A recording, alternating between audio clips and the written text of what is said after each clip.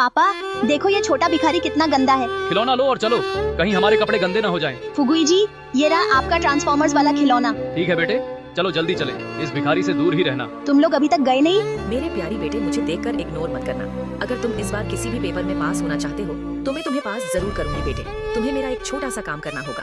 तुम्हें इस वीडियो को लाइक करना होगा, चैनल को सब्सक्राइब करना होगा और 5 सच्चे मित्रों के साथ इसे शेयर करना होगा। जाते जाते कमेंट में सरस्वती माँ लिखना मत भूलना।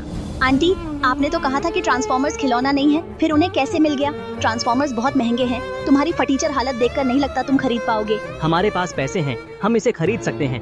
चलो जल्दी चलो यहाँ से, मैं नहीं मानता पैसे हैं।